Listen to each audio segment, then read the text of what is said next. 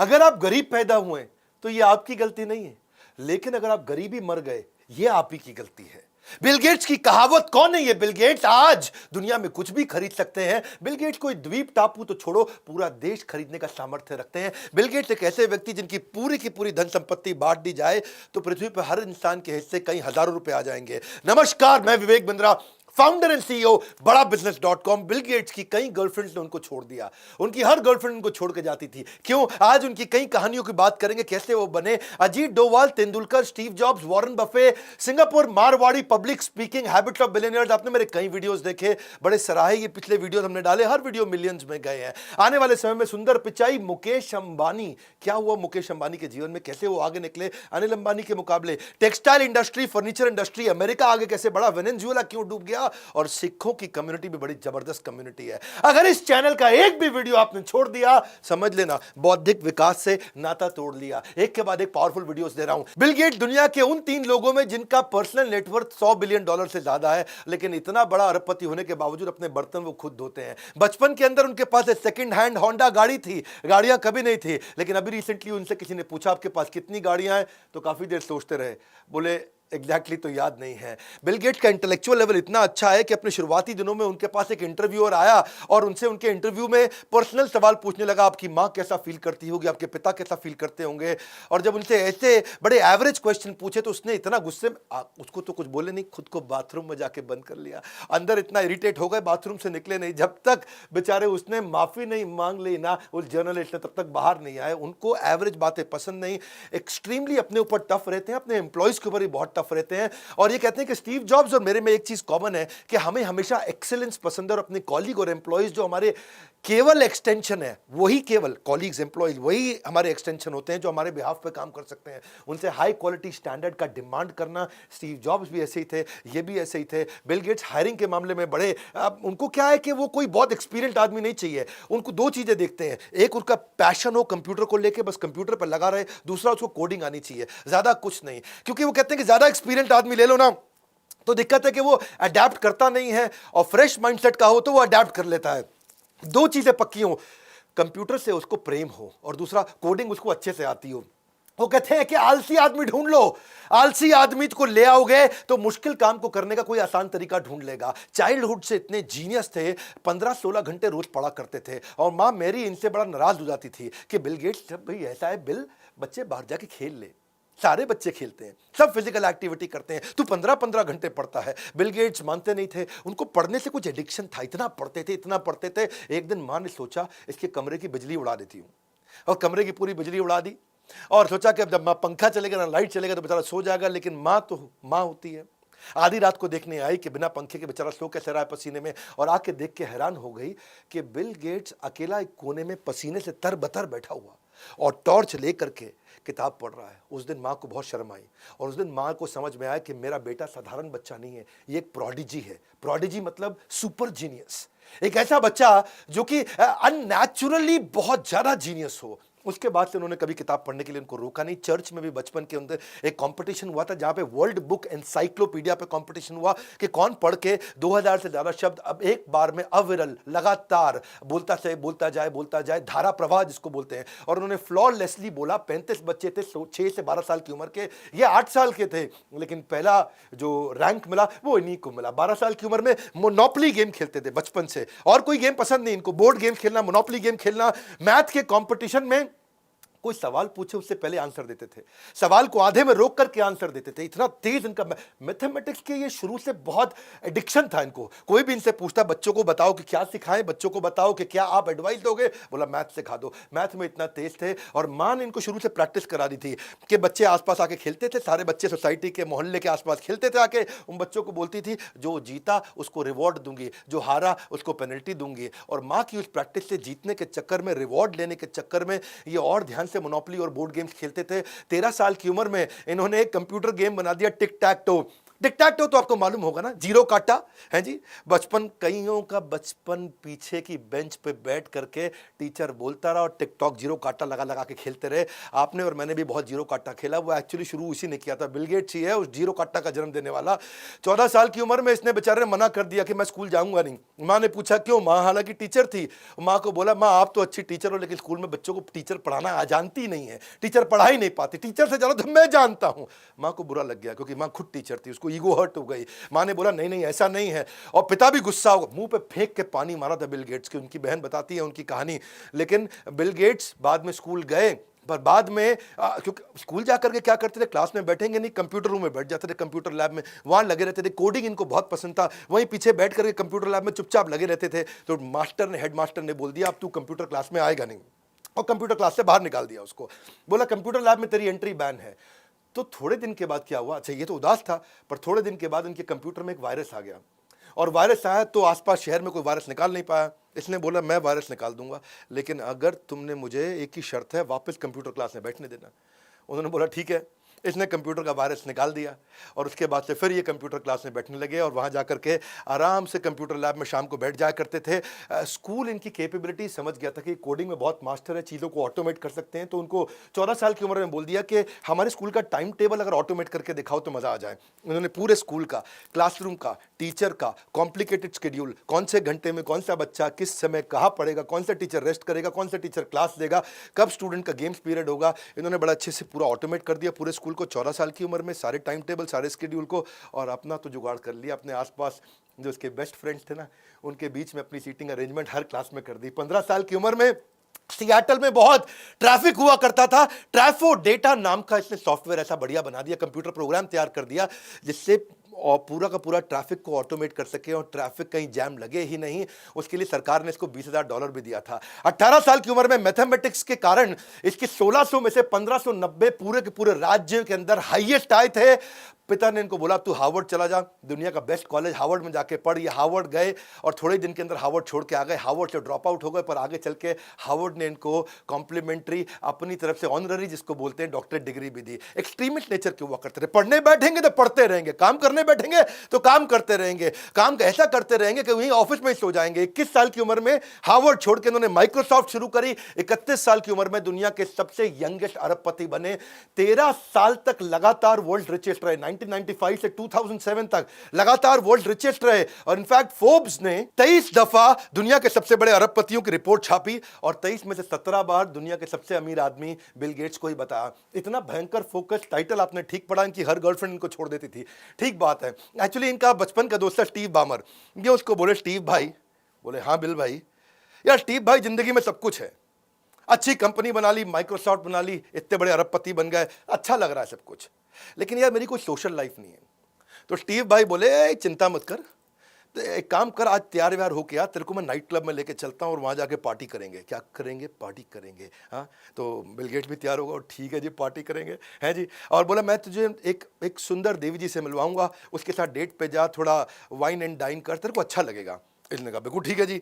ये पहुंच गए तैयार होकर के, और आज एक नई गर्लफ्रेंड बनेगी मेरी, हाँ। एक्साइटेड जाकर टेबल पे बैठे, और टेबल पे बैठते ही जैसे वो लड़की बैठी, उसको कुछ थोड़ा ऑफर किया खाने पीने को। सबसे पहला सवाल पूछ लिया, देवी जी आपके 10वीं में मैथमेटिक्स में कितने नंबर आए थे? उसके होश उड़ गए, हैं जी। ये कोई डेट पे ऐसा सवाल पूछता है लड़की से आके, तेरे मैथ में कितने नंबर आए थे? वो जाके स्टीव बामर को शिकायत लगा दी, ऐसे आदमी के साथ डेट पे भेज दिया, मेरे से मैथ के नंबर पूछ रहा है। बामर ने बुलाया, यार बिल गेट्स क्या करता है, हैं जी, लड़की से कोई मैथ के नंबर पूछता है? और लड़कियों से मैथ के नंबर नहीं पूछते, उनके मैथ में नंबर ज्यादातर अच्छे नहीं होते हैं। कहता ओहो सॉरी यार, आगे से ध्यान रखूंगा, चल कोई नहीं, मैं तेरे लिए सेकंड अटेम्प्ट करता हूं, एक और देवी जी जानता हूं, उसके साथ डेट पे जा, मजा आएगा तेरे को, और याद रखियो आज मैथ के नंबर मत पूछियो। करे ठीक है जी, हाँ। और टाई लगा के रात को रेडी होके फिर क्लब पहुंच गया। अब वो देवी जी आई और पहले ही सोच के गया था कि इससे इसके मैथ के नंबर नहीं पूछूंगा, और इसने जाकर उसको बोला और मैं तुम्हारे मैथ के नंबर नहीं पूछूंगा, ऐसा करते हैं मैं 10 सवाल देता हूं, हम दोनों बैठ के सॉल्व करते हैं, जो पहले सॉल्व कर गया वो जीत गया। वो बड़ा इरिटेट हो गई, ये क्या आदमी है, डेट पे आके मैथ के सवाल सॉल्व करने को बोल रहा है। तो वो उसने फिर जाके स्टीव बामर को शिकायत लगा दी, दूसरी लड़की ने भी। बामर बोला यार बिल गेट्स तेरा दिमाग खराब है जी, मैथ के सवाल सॉल्व कर रहा है वहां जाके, उसके साथ कंपटीशन लगा रहा है। कंपटीशन नहीं लगाते यार, कोलैबोरेशन करते हैं। तो उसको समझ आई, अच्छा यार बड़ी गलती कर दी, कंपटीशन नहीं करना था, कोलैबोरेशन करना था। ये बोला एक मौका और दे दे, तीसरी बार फिर पहुंच गया बिल गेट्स। अब पहुंच के अब तीसरी बार कोई नई देवी जी आई, उनको बोला ना तुम्हारे मैथ के नंबर पूछूंगा, ना तुम्हारे साथ कंपटीशन करूंगा सवाल सॉल्व करने में, तुम बस खाली ये बता दो तुम्हारे कौन कौन से सवाल गलत रह गए थे, वो सारे मैं खुद ही सॉल्व करके दिखा देता हूं जी, हमारा कोई कंपटीशन नहीं है। तीसरी वाली भी भाग गई और उसके बाद स्टीव बामर ने भी मत्था पीट लिया, यार क्या आदमी है तू, मैथ जिंदगी भर छोड़ेगा ही नहीं।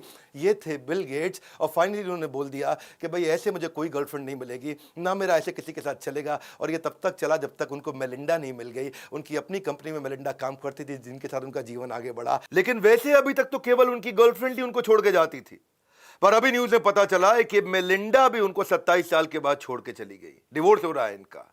ये सुन के बहुत दुख हुआ मुझको, क्योंकि दोनों में काफी प्रेम था और दोनों ने एक साथ मिलकर विश्व की बहुत सेवा भी की है। तीसरी सुंदर कहानी, ये अभी उतने अमीर नहीं हुए थे और एक एयरपोर्ट में जब ये अखबार वेंडर को बोले कि भाई मुझे जरा अखबार खरीदना है, उसने कहा ले लो अखबार। इसके पास $100 का नोट था और खुले नहीं थे। अब अखबार वाले के पास भी चिल्लड़ नहीं, बस $100 वहां बड़ा होता है, हमारे देश के 100 रुपए जैसा नहीं होता भाई, वहां सबसे बड़ा नोट $100 ही होता है। तो उसने कहा कोई बात नहीं रख लो, हाँ अगली बार पैसे दे देना। अगली बार ये 3 महीने के बाद उस एयरपोर्ट पे गए, उन्होंने फिर अखबार लिया, उस दिन फिर चेंज नहीं दे पाए और बड़े परेशान हो गए, यार मैं इसको 2 बार चेंज नहीं दे पाया। आगे चल के बिल गेट्स जब अरबपति बन गए, बहुत बड़े अरबपति बन गए, तो उनको याद आई उस अखबार वाले की और वो ढूंढते ढांढते उसी एयरपोर्ट पे खोज निकाला उस आदमी को और बोला सुनो मैंने तुमसे 2 बार अखबार लिया था, तुम्हें पैसे नहीं दे पाया।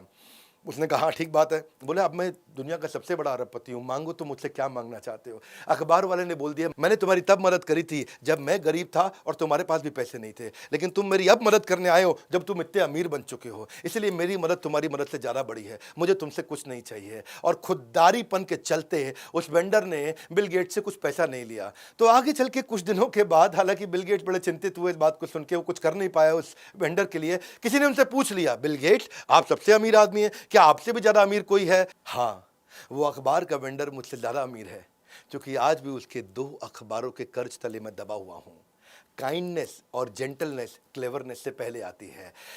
अगली कहानी मैं बताऊंगा। पढ़ने का इतना एडिक्शन था, एक दिन फ्लाइट में बैठे और जब फ्लाइट में बैठे तो देखो जो अच्छी सीट्स होती है ना वो आइल सीट होती है, यानी कि बाहर वाली, क्योंकि उसमें स्पेस मिल जाता है, दायां हाथ आप हिला सकते हो। उससे कमज़ोर सीट मानी जाती है विंडो सीट, जहाँ पे बायां हाथ थोड़ा बहुत हिला सकते हो पर दाईं साइड से आप फंस जाते हो। और सबसे बेकार सीट मानी जाती है बीच की सीट, जहाँ दोनों तरफ से फंस जाते हो, और बिल गेट्स को बीच की सीट दे दी गई। और बीच की सीट दे दी और किसी ने रियलाइज़ नहीं किया कि दुनिया के सबसे बड़े अरबपति को अपने इकॉनमी में बीच की सीट दे दी।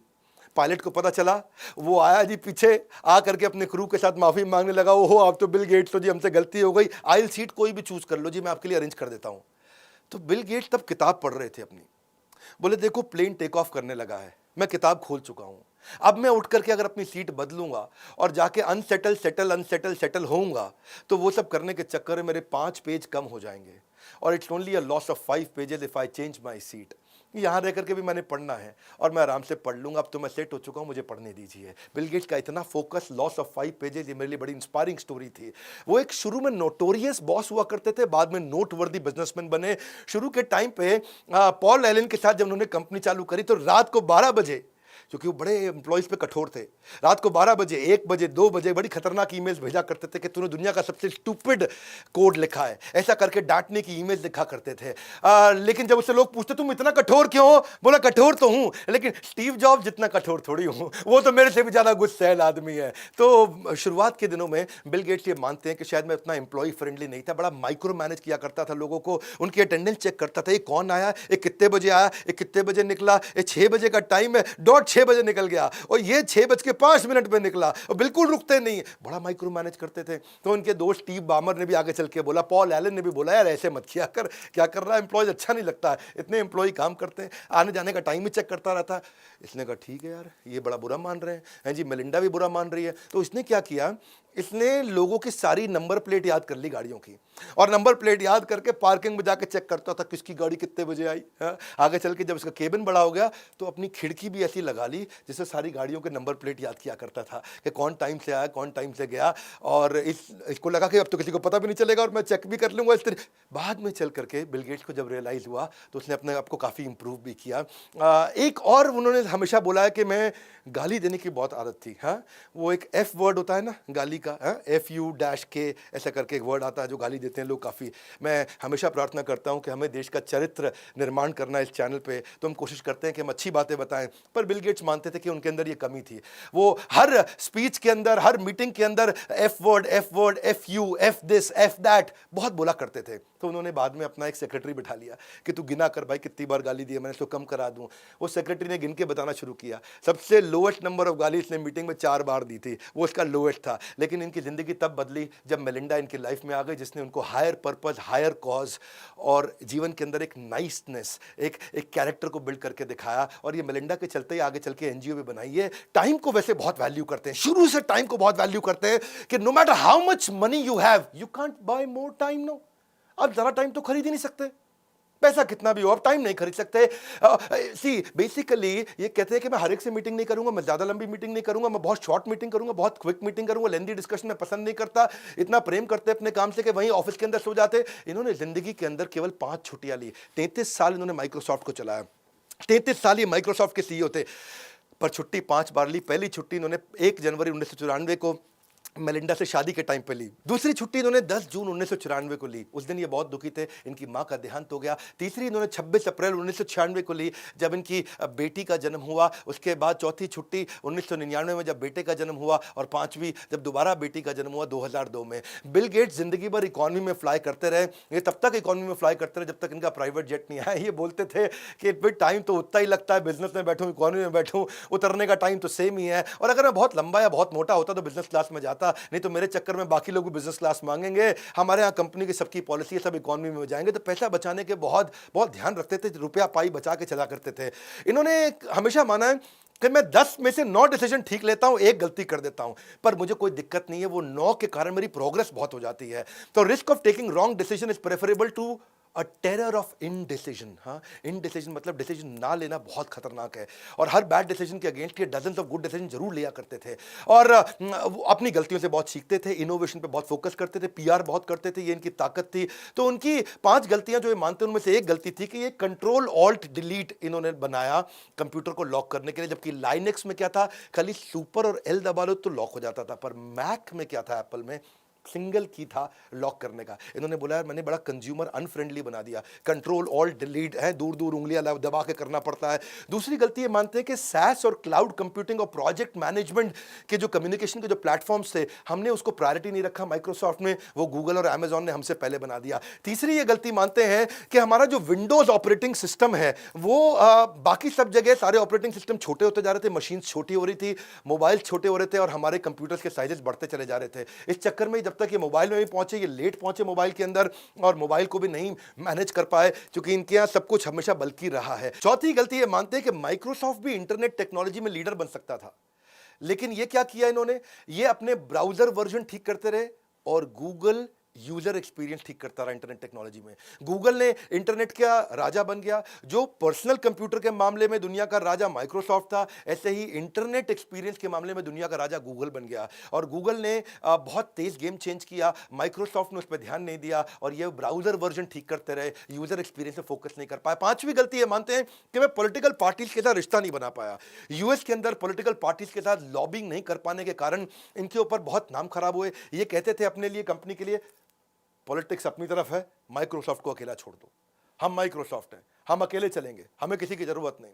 और वहीं ये हुआ कि स्टीव जॉब्स की कंपनी अच्छे पॉलिटिकल रिलेशंस बना के रखती थी, और इनके ऊपर मोनोपोली का आरोप भी लगने लगा, और मोनोपोली के आरोप के चलते यूएस फेडरल गवर्नमेंट के साथ इनके झगड़े बढ़े, और इनको आगे चल के बहुत फाइन भी देने पड़े। बहरहाल बिल गेट्स अपनी गलतियों को मानते रहे हैं और सीखते रहे, तेजी से आगे बढ़े हैं, और ऐसा समय आया कि बड़ा अल्ट्रा लग्जूरियस मकान इन्होंने बनाया। इनके मकान की बहुत चर्चा होती है। वो कहते हैं, मैंने बताया ना आपको, if you are born poor it's not your mistake, but if you die poor it's certainly your mistake. अगर तू गरीब पैदा पैदा हुआ तेरी गलती नहीं है, तू गरीब मरा, सुन मेरी बात, ये केवल तेरी गलती है। इन्होंने दुनिया के सबसे सेफेस्ट घरों में घर बनाया। आप जानते हैं बकिंगम पैलेस, व्हाइट हाउस और किम जोंग यू, इन तीनों के मकान के बाद जो चौथा सबसे सेफ मकान है दुनिया का, वो बिल गेट्स का है। बिल गेट्स ने तो ऐसे मकान बनाया कि अपने लिए तो बड़ी जमीन ली, आजू बाजू के सारे मकान भी खरीद लिए। सेफ्टी के चक्कर में दूर दूर तक जितने मकान थे वो सारे खरीद लिए कि बोले मैं इसको इतना सेफ बनाऊंगा। $14.5 मिलियन की बाजू की प्रॉपर्टी ऐसे ही खरीद ली। हजारों लाखों मिलियन डॉलर का ये प्रॉपर्टी टैक्स देते हैं। और इन्होंने, इनके मकान में लकड़ी इतनी लगी है कि अगर सारी लकड़ी बेच दें तो कम से कम $150 मिलियन तो उनको लकड़ी बेचने का मिल जाएगा। अपने सारे विजिटर जो भी इनके मकान में आते हैं उसके साथ में एक माइक्रो चिप डाल देते हैं। वो माइक्रो चिप से ट्रैक कर सकते हैं अंदर ही अंदर कि वो मेरे मकान में घुस के कहाँ कहाँ जा रहा है, उसकी सारी मूवमेंट को ट्रैक कर सकते हैं।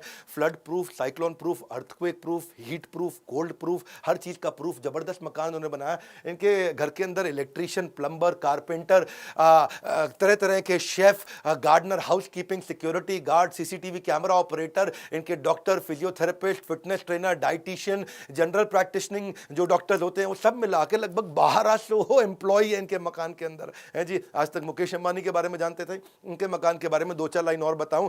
पेड़ों को पानी देने के लिए सब कुछ ऑटोमेट कर दिया है। इलेक्ट्रॉनिकली सारे पेड़ों को मॉनिटर किया जाता है। जो भी सूख गया उसको पानी अपने आप मिल जाता है। अंदर चॉकलेट और आइसक्रीम के लिए तो अलग ही कमरे बना दिए हैं। हर कमरे के साथ में किचन जरूर रखते हैं।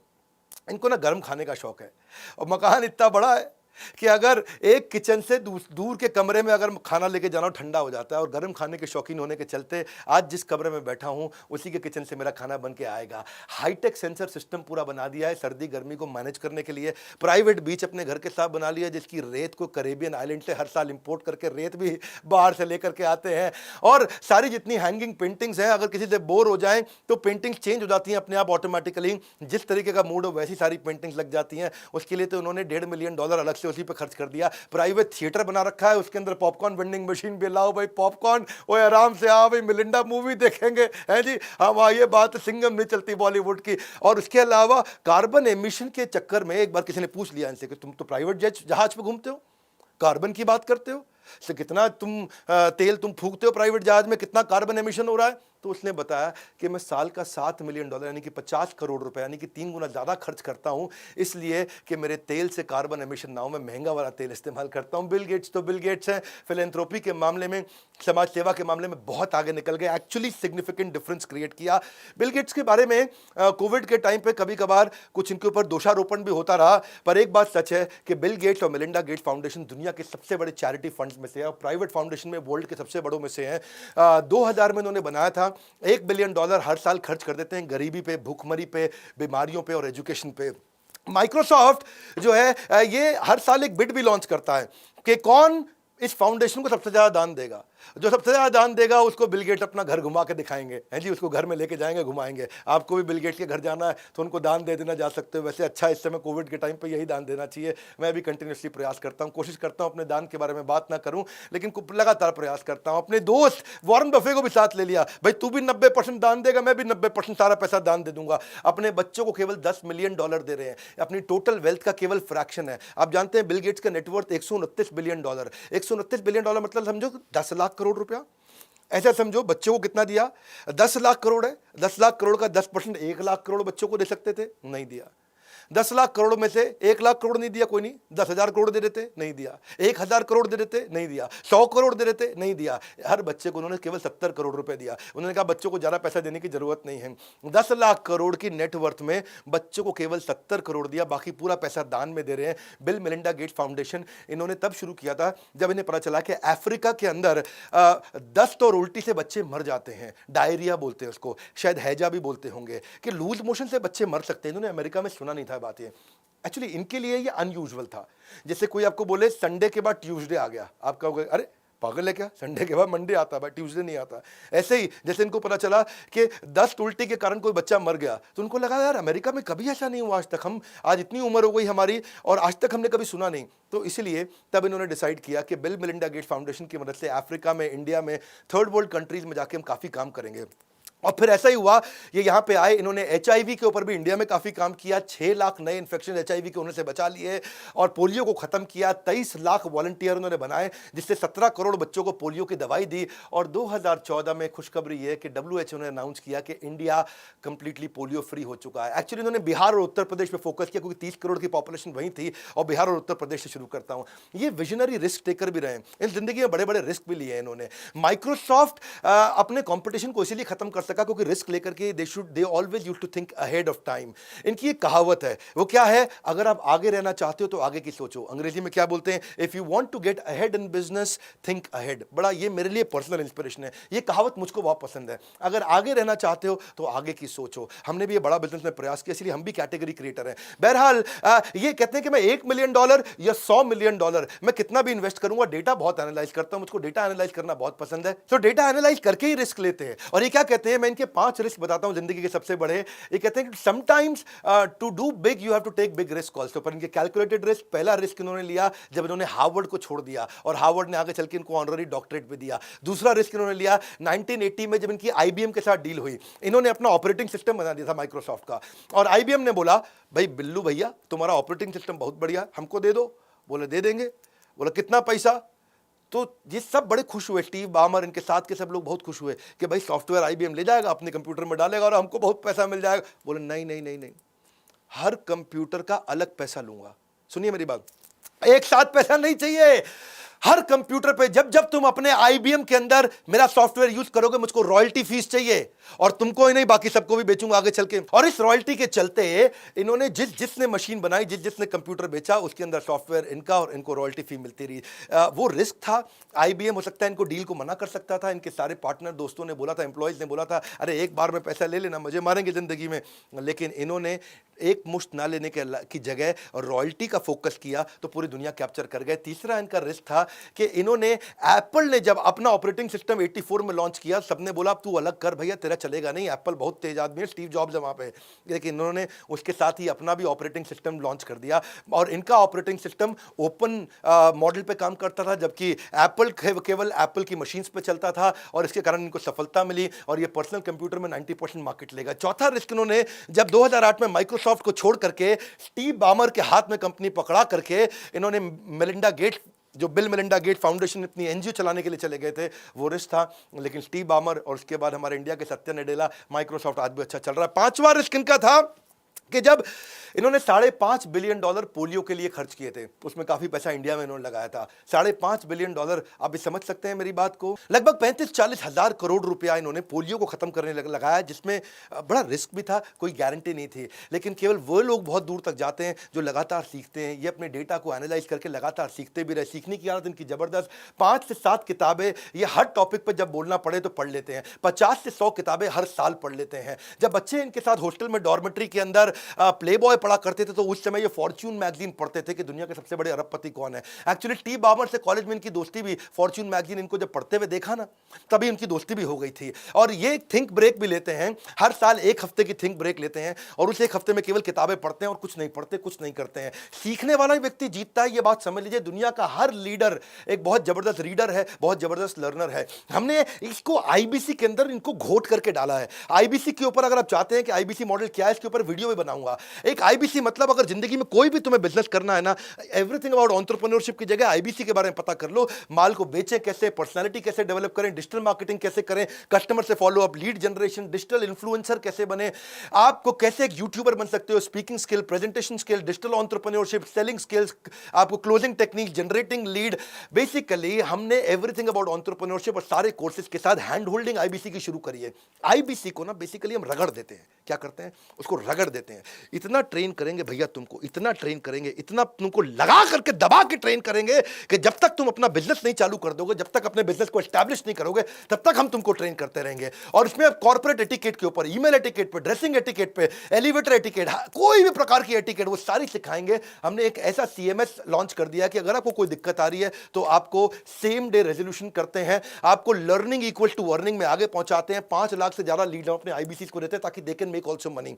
इनफैक्ट इनफैक्ट अगर किसी के पास आज पैसे नहीं है ना, उसको फाइनेंस भी करा देते हैं, उसको पैसे भी देने की जरूरत नहीं है। अगर आपके पास पैसे नहीं है, आईबीसी के लिए जरूर पता करिएगा। मुझे गर्व है हम आपको फाइनेंस करा रहे हैं, मुझे गर्व है कि आज इस बात पे गर्व है कि हम फंड कर रहे हैं नए भारत के उभरते सपनों को। इसीलिए हम आपके भी सपनों को फंड करना चाहेंगे। आप ऑनलाइन नंबर पर पता लगाइए, रगड़ देंगे कैंपेन क्या है। इतना जबरदस्त ट्रेनिंग करते हैं, जब तक भैया तेरे को कॉलर से पकड़ लेंगे, जब तक तेरा स्टार्टअप सक्सेसफुल ना हो जाए तब तक तुझे पकड़ के रखेंगे। इसीलिए इंडिपेंडेंट बिजनेस कंसल्टेंट बनिए, बड़ा बिजनेस के साथ में बड़े गर्व के साथ बोल रहा हूं, आज हमारे आईबीसी सफल होते चले जा रहे हैं। इस वीडियो को शेयर करिएगा। बिल मेलिंडा गेट्स के बारे में आज जो मैंने बताया, इसमें कई लर्निंग के नीचे लर्निंग्स बताइए अपनी। अगला वीडियो कौन सा देखना चाहते हैं नीचे मुझसे बात करिए आकर के। अगर आप आईबीसी की पूरी जानकारी चाहते हैं तो उसके ऊपर वीडियो बना सकता हूं, नीचे मुझसे बात करते रहिए कमेंट बॉक्स में। मैं रेगुलरली आ रहा हूं, हो सकता है हर एक को रिप्लाई नहीं करता, लेकिन आगे पढ़ता हूं। लाइक करके उत्साह बढ़ाइए ना, इतने फ्री वीडियोस बनाने में बहुत मेहनत लगती है। नए आए सब्सक्राइब करिए, शेयर जरूर करिए। हमारे साथ जुड़े रहने के लिए, दुनिया के नंबर 1 एंटरप्रेन्योरियल यूट्यूब चैनल पे आने के लिए आप सबका हृदय की गहराइयों से प्रेम पूर्वक मुस्कुराहट के साथ धन्यवाद।